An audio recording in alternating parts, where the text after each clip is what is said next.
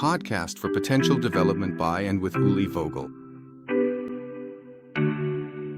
A warm welcome, dear listeners, to today's episode, where I have a fantastic guest with me, someone I've been working closely with for the past few months, actually, you could say years. That's Max Keppler from Keppler Personnel Berating. Dear Max, it's great to have you here. A warm welcome. Dear Uli, thank you so much for the invitation. I'm really looking forward to it.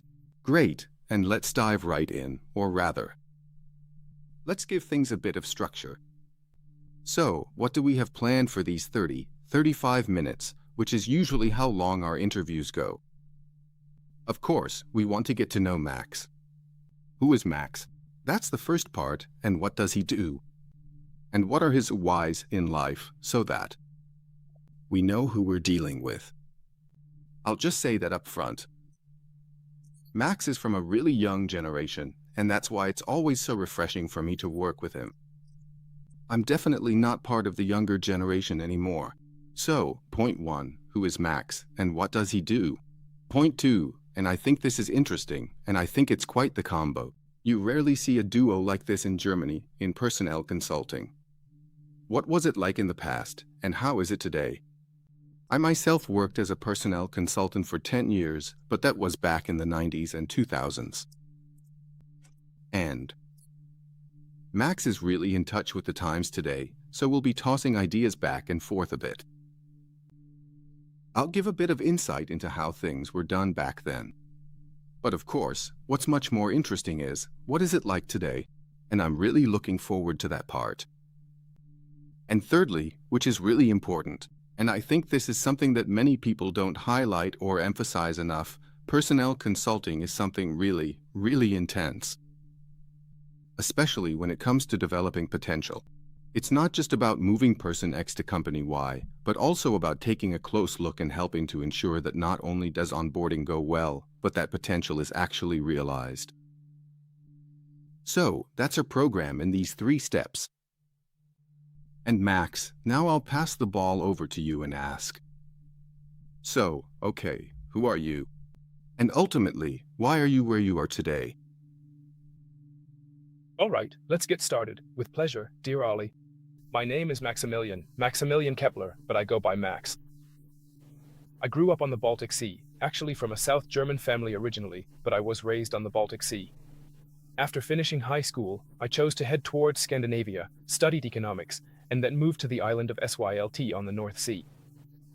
There, I worked in retail and gastronomy as a management consultant, handling a lot of business administration. That means I did a lot in the SME sector, made a big impact, and was thrown into responsibility very early on, at 21 or 22 years old. I think that was a huge learning experience. During that time, I also met some great mentors, and then I joined a large corporation, which is now part of Microsoft, but back then it was under AT&T. A large American multimedia corporation, so I got to experience both, the German SME sector and also a big American corporation. I saw and experienced it from the inside, and by the end, I realized that, well, at the end of the day, they're all just cooking with water. Then I moved back to Sylt again, and there was a kind of callback, so I answered the call and went back to help out there. But I very quickly realized, when it came to my mother's generation, that is, my mother is still working today as a personnel consultant. Today, we're equal partners, we share this company, and we work in the energy sector for municipal utilities, energy suppliers, basically anyone in the municipal economy who needs skilled professionals and executives these days. That's great. So it's a family business too, right, Max? Exactly. That's right. And of course, that's also It's probably not always the simplest setup, but on the other hand, it's also a great one, because your mother. And that's how we know each other, through Claudia Keppler. She built up the company. She was the one who made the decision back then to move into the energy sector, which, I think, has really turned out to be a great move, because it's such an incredibly exciting field. And now, you've basically stepped into her shoes. And you share the responsibility, as you just mentioned. So, if I may ask, what does the day-to-day operation look like in a family business? That's exactly how it is. And now, just to wrap up this career path, it kind of happened that way, that the call came from her. And she said, maybe in the next few years I'll look for someone who can step into my shoes as a successor. Maybe I can also pass on some of my knowledge. And so I put my hand up and said, hey, you could actually do that yourself. Why don't you do it? And that's how we started to get closer, to actually recognize the processes as they are today. Because she ran it on her own for a long time, managed it alone for quite a while. So a lot of things became routine, a lot of things got set in their ways. That means we just started somewhere, and step by step, I'm now in my third business year, we've moved forward. By now, we've reached a point where we talk on the phone several times a day, but each of us basically has our own clients. We manage our clients independently, handling everything from A to Z. I'm still in charge of direct outreach. That means anything to do with direct recruiting, active sourcing, direct sourcing at other companies, that's all in my hands. But otherwise, we work together pretty much as partners. On all mandates, or rather, each of us takes the lead on a project. And then we support each other here and there, just like it's done in medium-sized businesses. It's no different at a construction company or in a manufacturing business. In medium-sized businesses, especially when you're working together as a family-run operation, you just call out to each other and help out wherever needed. Yeah, absolutely. It's really hands-on, and everyone helps each other out. There's no corporate mentality here. Instead, you have to. In the end, you have to do everything yourself and can't be too proud to pitch in. And maybe for those who aren't really familiar with the recruitment industry, since Max mentioned that he's in charge of active sourcing, that basically means identifying and then reaching out to suitable candidates to get them into the process so that a position can be filled. The process, of course, also includes meetings, interviews, and eventually the question of whether the person will be presented to the client. And yes, right up to the point of signing a contract. Thank you very much, Max, for already diving into that. And that actually leads us, I think, quite naturally to the topic of recruitment consulting then and now. I started at the end of the 90s. Back then, most applications still came in, on paper, the ones that came in. And for some positions, there were even laundry baskets full of applications. You can't even imagine that today. When it came to acquisition, we used to look at the weekend newspapers, and the classified sections were sometimes 50, 60, or even more pages long. We would look through them and see, okay, how can we acquire clients? We call the companies that place these ads and offer our services. Those are just a couple of examples. 2 anecdotes from that area. But maybe you could sketch out a bit how recruitment consulting works nowadays. Especially, of course, in your segment of the energy industry. And then maybe we can pick out a few things here and there as we go along. Yeah, sure, happy to. So basically, when a recruitment consultant is brought in, it's usually because they're the ones who are called in to, well, recruit staff. So, wherever there's a shortage of managers or specialists, their job is to close that gap and find a solution for it. That's the starting point. That hasn't really changed much from back then to now. Except that we're probably seeing a shift. You'll remember from before, back then the focus was on managers, I'd cautiously say, more high-profile positions. These days, we really cascade down into the second, third, even fourth management levels, or even into specialist roles.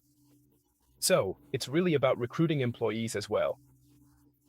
This means that recruitment consultancies are now starting with target gross annual salaries that are much lower than what you would have calculated in the past, especially considering inflation. These recruitment consultants usually base their fee structure on the gross annual salary typically associated with the position in question. And there's been a lot of change, so now they're also looking at specialist roles. So how does the whole thing basically work?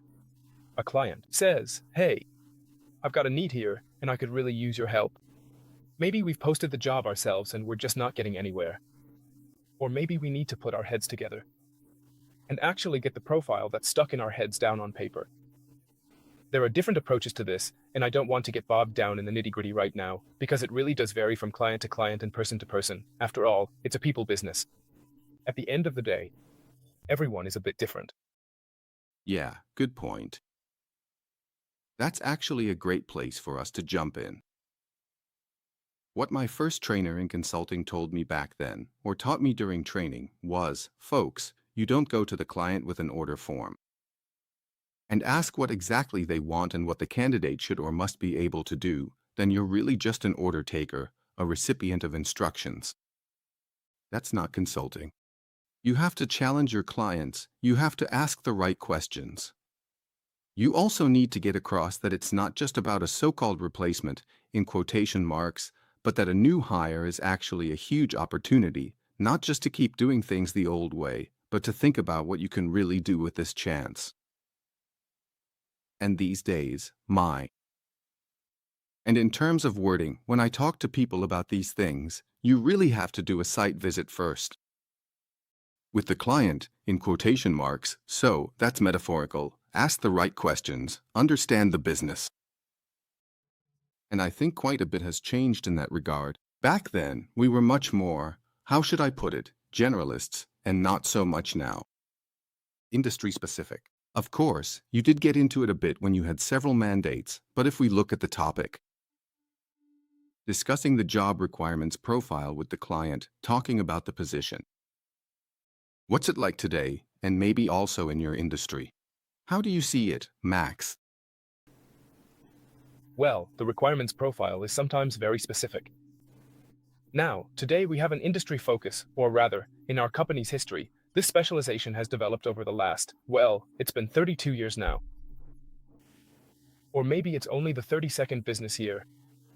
It turned out that we started in the energy sector and at some point realized, after a few years, you think, hey, this is actually a horse worth betting on. Not even with the thought that it would have the relevance it does today, but rather because you realize, aha, I actually understand the profiles much better when I'm always filling similar roles. And when I understand what an organization looks like from the inside, you quickly notice that in the industry, in the energy sector, they're not actually set up all that differently. And so I actually understand the jobs much better when I only work within this field. And on the other hand, I also build a network and get to know a lot of people, and I recognize many of them again. That's obviously a synergy effect. As for the job requirements, to answer the question, well, I often have technical roles, also commercial roles, and there's usually a basic profile. A client says, I have a specialist or a manager here that I'd like to find. And then we pick up exactly where you're already familiar from the past. From your mentor back then, that you're not just a contractor, but also an advisor. And you say, okay, let's take that profile. Now we really have to break down the profile into all the fine details. That means really taking all the nuances into account. What exactly are the tasks? What makes this job appealing? Where can this role develop further? Why should someone even take on this job? What goal are they pursuing with it? And then we have the issue that, especially in recent years, we've often had to counteract this demographic shift. This means we often have to deal with roles where someone has been in their job for many years. It also means that this person has taken on many tasks over time. Can't we just, and you're talking about this, I really believe that we can't just find a replacement. Instead, we have to consciously look for a successor and lay out the profile anew. What are really the key points of this succession or this position? Basically. Exactly. So, did you want to add something else? Yes, and that's how you start to move towards the profile. And now I find it really interesting to hear from you as well, once you've carved out this profile, really as a consultant and been able to give your input too. With the experience you've gained from working inside so many companies, my question now is, what was it like in the past, Uli? How did you used to approach the market back then? Well, maybe you used to get more applications than you do today. The issue of skilled labor shortages is a huge topic today. There's no need to argue about that. No point debating it. But what was it like back then? And then, yeah, maybe I can give a bit of a comparison to how things look today. Great, yeah. So, basically, we're now at the question, how do we access the pool of potentially suitable people? And back then, I spent 6 years at Mercury Urwald, which, by the way, also has Scandinavian roots. You studied there, as you just mentioned. Even today, you still have contacts there. That was basically my first formative experience. It was my first company in the private sector, And when I started there, they were very dogmatic. They said, no, direct approaches, we don't do that. Instead, everything really went through job ads. You can hardly imagine that today. But that meant you really had to write a good job ad. And that's something we learned as a craft, that after analyzing the profile, as you just described so nicely, and that really hasn't changed much, you then distill it down. How do I phrase it so that it's attractive, gets straight to the point, and draws in the right people? Back then, it was often the case that people would say, hey, if you get 100 extra applicants who are completely off the mark, that's a lot of work too, from sending out confirmation emails to screening all the applications. That changed over the years at Mercurio Erwold as well. And of course, there were also direct ways to approach candidates. But at first, for many positions, we were in a comfortable situation, meaning there were lots of candidates. And that was often also a reason why maybe a client would say, I'd rather go with the recruitment consultant since they've already pre-screened and checked everything. That's probably quite different today, I would assume. And with that, I'll pass the ball over to you. How do you find people these days? Well, Ollie, these days it's just not the case anymore that we're flooded with applications. That still happens, of course. So, depending on the position, if we're advertising for a managing director, you'll still get flooded with applications. Which is great, of course. We're always happy when we have positions that attract a lot of applications. You can really notice it, especially when there are companies that have put a lot of effort into employer branding. And in recent years, maybe they're also geographically well situated, especially in metropolitan areas, so you do get some applications coming in. But it's clear that you really have to be selective in terms of quality. What actually fits for the position? Who is the right fit for the role, considering the overall conditions? And then it goes further, you have to dig deeper to see who might also be a good personal fit. That's a really important factor that we haven't even mentioned yet. These days, we're not just looking for a technical fit, if I can put it that way. If we get 60 or 70% overlap with the profile, then that's already a big step. With the profile, a lot has already been accomplished.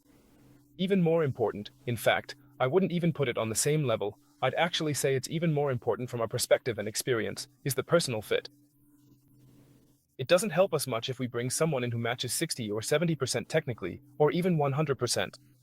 They might be a perfect technical fit, but if they don't fit in with the organization on a personal level at all, it just doesn't work. Then he or she won't stay there for long, and basically, we've just reopened the same gap. We don't even need to do the math to see that. Yeah, it's obvious. These are huge opportunity costs, not to mention all the frustration and stress that come with it. And on top of that, there's the burden placed on other employees who are left to pick up the slack. Yeah, desperately searching for a colleague to help out. So, these days, we still go to the market with job ads, just like we used to. But we also have to craft those ads properly and thoughtfully. But nowadays, a lot happens through direct outreach. That means a lot of recruiting happens by poaching on the usual professional networks, over the phone, and of course through your own network that you've built up over time. In the business world, in the industry you're working in, a lot happens through that. And that's a completely different starting point when we go after it. Yes, please. So, you mentioned the human factor. Back then, for us, I found that to be progressive compared to the competition. That's something Mercer Erwold always used to say back then. Personality traits, what really makes a person, beyond just technical knowledge and industry experience, are actually very, very important. And I'm really glad that you see it the same way, and I know you do. We talked recently, and you said, we're looking for people. And I think that's a really great little slogan, if I can put it that way. Of course, the client is a company, but as Robert S. Hartman also says, companies exist for people, not the other way around, people for companies. And that's why I think it really sums it up nicely. Looking for people, and also making sure that things fit together, that's so important. And you just mentioned, if it doesn't work out, then you're left with a gap again. And just think about the costs that creates. A lot of people don't really consider that and just say, oh well, let's give it a try and see what happens. but what actually happens. You've uprooted someone from their previous professional environment and, in a way, transplanted them into the wrong company. That leads to huge costs afterwards, but also affects the person involved. So you really have to look at it holistically and recognize the huge responsibility involved. How do you feel about that? It's definitely a big responsibility. It even goes so far that we talk about it, or refer to it metaphorically, as a kind of divorce that we're causing, and in a way, a new marriage as well. So, in a sense, marrying someone to a new company or business. Because, clearly, at the end of the day, this new candidate will probably end up spending more time at their new workplace during the day than at home with their family, with their partner or partners, or with their kids. There's a lot attached to this, and that's why it's really important to us that, when we start talking with candidates, we take plenty of time in the first round to really get to know them well, so we can understand, hey, what's their family situation like? What else is part of their life, besides the actual job itself, that surrounds them right now, and fits into the company we might be trying to recruit them for? What else is part of the picture? The geographic location is absolutely crucial. How far away does someone live? What's on their mind right now?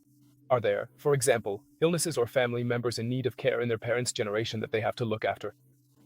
Is there a desire for further education? So, now we're really getting into the nitty-gritty.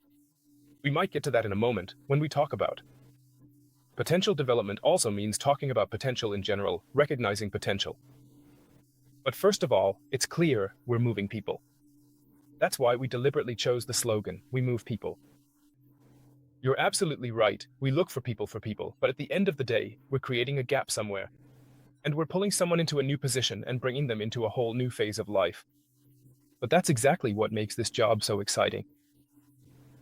Because it's great to see, at the end of the day, a client is happy, they've got their new specialist or manager, and another person is starting a new chapter. One door closes and a completely new one opens. And we go the extra mile, right to the very end. We include the candidates as much as possible so that we can achieve the best possible outcome, and so that everyone is truly satisfied in the end.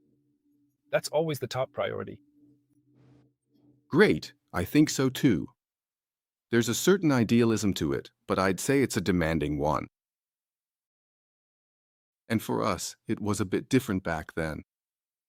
Because, so to speak, the line between work and private life was even more pronounced back then. Of course, in the first interview we had to ask about things like salary range and also willingness to relocate. That was always included in our questionnaire. But it was made clear to us that we had to be careful if, so to speak, we crossed the strictly professional line during the interviews.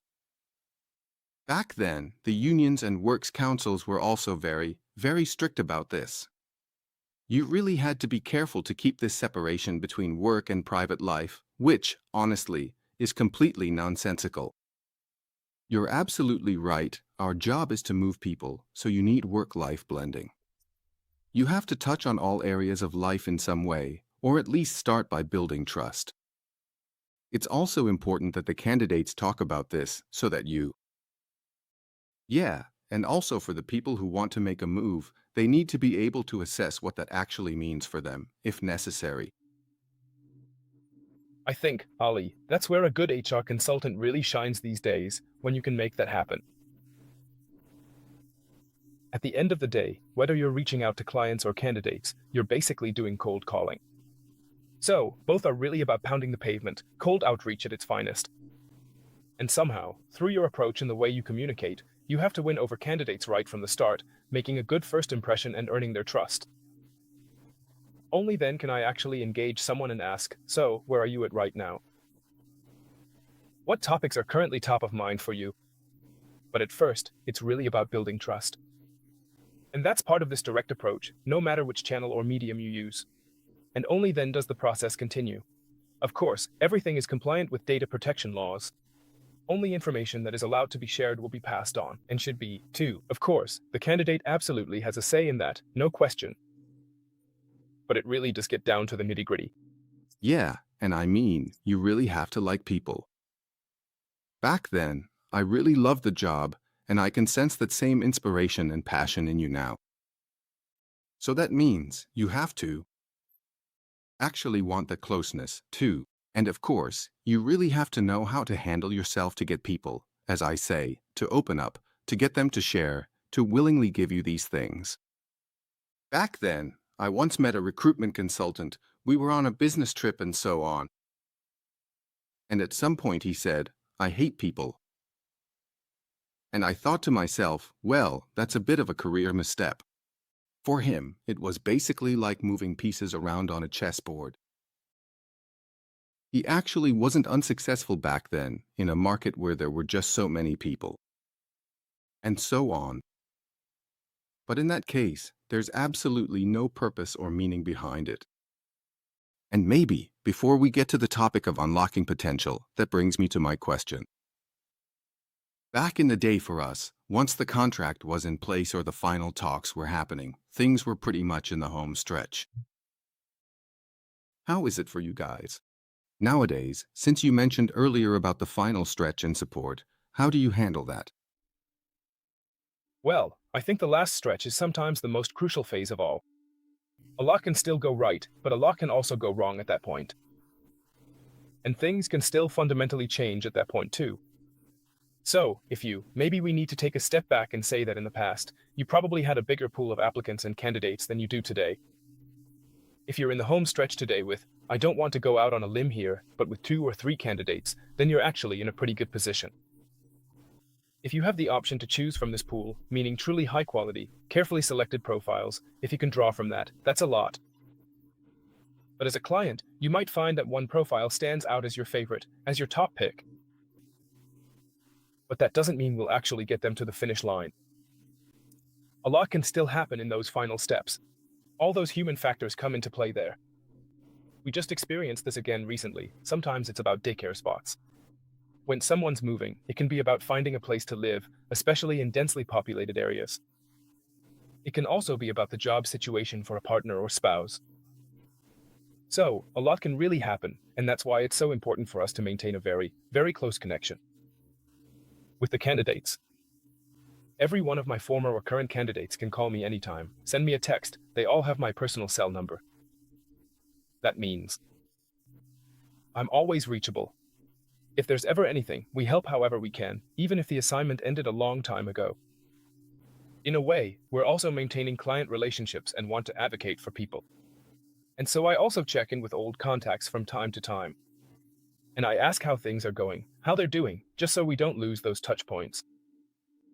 I think a lot has changed in that regard. So it's about support or service, and yes, also being willing to be available here. And even back then, my first managing director said, "Hey, we're heading into a war for talent. We're heading into a shortage when it comes to candidates." And he was absolutely right. He really was. The job market has shifted dramatically in favor of employees.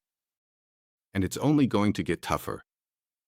And from the very beginning, it was always important to us to raise awareness among potential employers.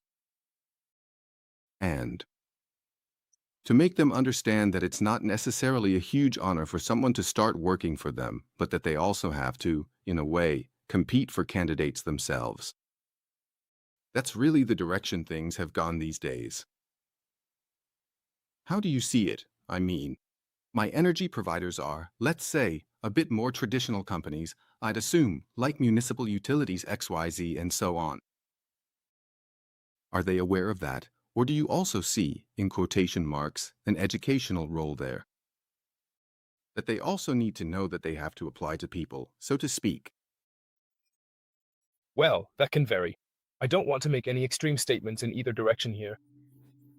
Basically, I'd say, across the board, if you ask whether they're aware of it, I'd lean more towards no than yes. Although there are some standouts, there are already some providers, even some bigger ones or even very large ones, who have been teams that take care of things like employer branding. That means there's been groundwork laid for a long time, so that even while people are still at university, they're already being drawn in under the banner of this employer brand. A lot works well there. On the other hand, of course, you also have, like in every industry, you have companies that are still very analog, very old-fashioned, very traditional. That's not even a bad thing. We really value the energy sector as well, because we talk a lot. Yes, gladly, about being value conscious, a lot of value awareness. Work is like that too.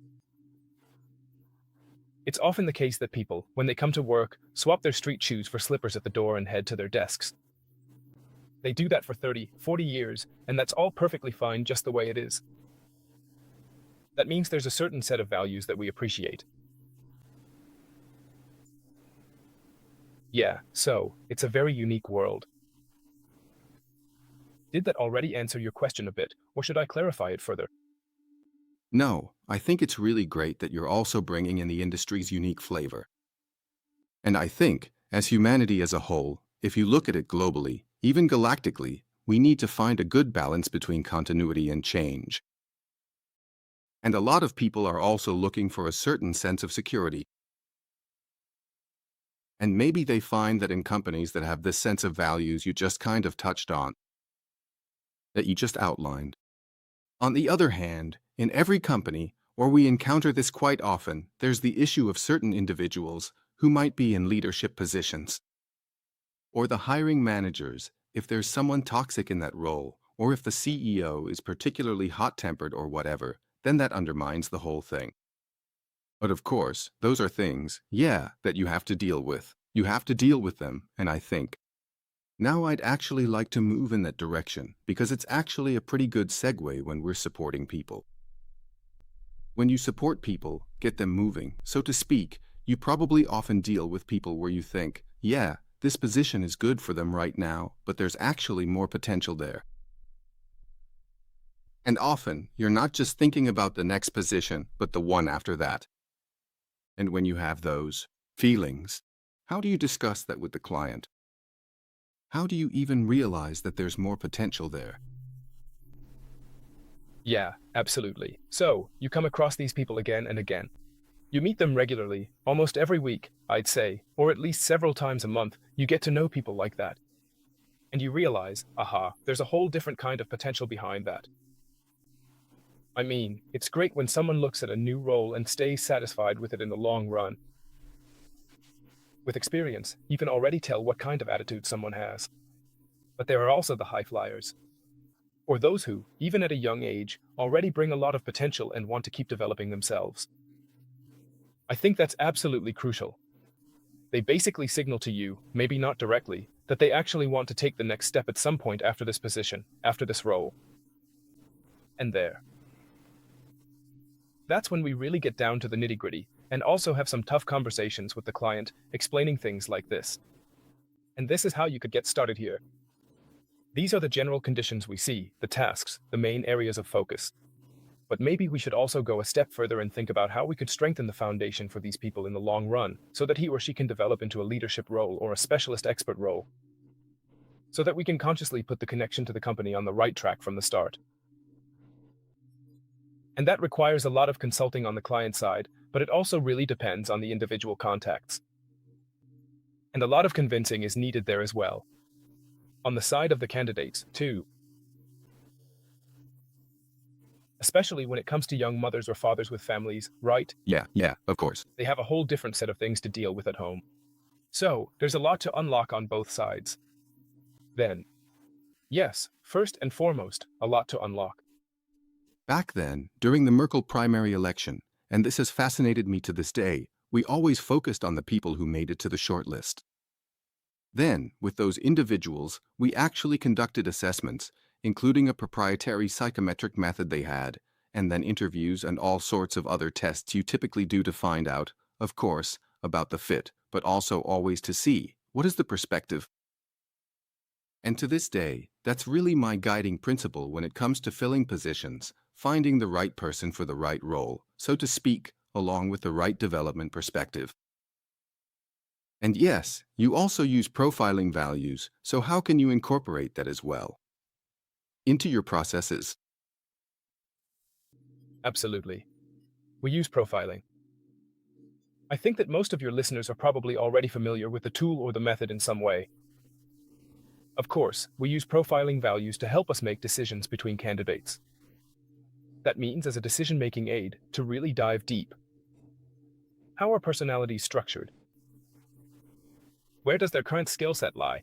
What abilities are underlying that? How strongly are those abilities developed today? Where does the motivation lie, and how much is someone already actively applying their competencies? I don't even want to say that I like one person better or worse than another. It's really always about going back to the requirements profile. What is needed in this position, and how strongly are the competencies that are required today developed? And on the other hand, how long would it take to build bridges to further develop the competencies that are desired for the specific role? So, in this 100% ideal jack-of-all-trades profile. And then it's really up to the client to weigh up, do I have the manpower? Do I have the capacity to build these bridges? Or maybe these are bridges that are already burned, that simply don't fit the company's style or culture from a personality perspective. Then maybe it's just not possible at all. It can really be an eye-opener, too. But first, it's about recognizing the profiles as a starting point, and also unlocking the bigger picture in someone's personality. Yeah, you can really tell when listening to you how passionate you are about this. And the slogan, "We move people," fits perfectly with that. If you really want to get straight to the point, then, at the end of the day, the goal, which you probably have as well, is for everyone involved to be happy, and for that to last as long as possible together. And I think that's a very noble and beautiful goal. Recruitment consultants sometimes don't have the reputation they deserve. If you take a look at the image, for example, of course, like in every industry, there are some bad apples and so on. But when I listen to you now, then there's clearly this expectation to actually help people, both the candidates and the people in the companies, find happiness together. And I think I've understood you correctly there. Absolutely. And look, Uli, to some extent you also have the situation where it's not just candidates coming in from outside. They can still come through job postings, direct approaches from the network, but we also have to deal with internal job posting deadlines. That means, even during our search period, during our collaboration, it can happen that internal applicants come forward for a role. And then it's really important at that point not to lose sight of that person, but to treat them with the utmost appreciation. Also, to consider the different personalities side by side. And that's when profiling galleries become especially interesting for me. So, not just in selecting the profiles we've sourced, but also in taking a step back and asking, who do we actually have here? How can we actually identify today's talents? Where do the individual people maybe want to go? And we see this happening from time to time, that internal profiles develop, people who maybe don't feel seen or appreciated in their current role and put their hand up for something new. But maybe it's a completely different profile that you could or should put forward. And that happens too. That's suggested to the client. Maybe to management, like, heads up, this and that. Always, of course, in consultation with the candidates, that's clear. So that's where things stand today, if we have permission to include them in the profiles. We could imagine, we would recommend A, B, C. And that's how we manage to keep people connected to the company, to retain them. And maybe they'll take on this new profile. Maybe they'll even slip into a completely different profile. And it's exactly their potential, what they might intrinsically wish for, that gets recognized and unleashed. And then we've accomplished everything we set out to do. So, that's really a very integrating or integrative task you have there. And yeah, I was fascinated by the job back then too. I can tell you still are today. So Max, I thought that was a great conversation. Thank you so much for your valuable time, for one, but also for these insights, which I think were really interesting for our listeners. Thank you so much for joining us, dear Max. Anytime, happy to do it again. Thank you so much, Uli, and also a big thank you for the appreciation. And I find it very fruitful. What a great collaboration we've found and maintained over the past few years. Let's move on. Thank you. All right then. Bye. Bye.